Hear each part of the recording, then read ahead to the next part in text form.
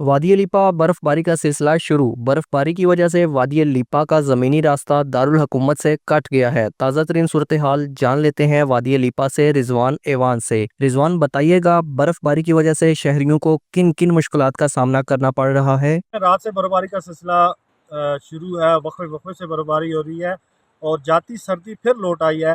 बर्फबारी की वजह से वादी लिपा की जो ट्रैफिक है वो भी मुतासर हो गया। रोड बंद हो गया। वादी लिपा का ज़मीनी राब्ता दारुल हुकूमत से कट गया है। बेतवाड़ गली, शेर गली रोड हर किस्म की ट्रैफिक के लिए बंद है, जिसके बाद शहरी को मुश्किलात का सामना है।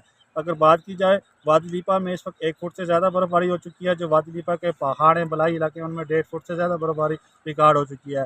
दाऊद खान रेशियाँ और शेर गली और बेतवाड़, शीशा माली, पंजाल गली और समसपरी पहाड़ पर 1.5 फुट से ज़्यादा बर्फबारी हो चुकी है और बर्फबारी वक्फे वक्फे से जारी है।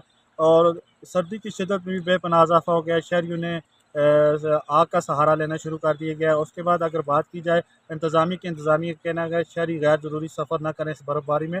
महकमा शहरात का कहना है कि बर्फबारी मसलसल हो रही है और जो ही मौसम क्लियर होगा रोड बहाली का ऑपरेशन शुरू किया जाएगा।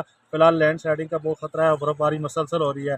अगर मौसम की बात कीजिए, मौसम के हाल बताने वालों का कहना है बर्फबारी का यह सिलसिला मजीद 12 घंटे तक वक्फे वक्फे से जारी रहेगा। जी।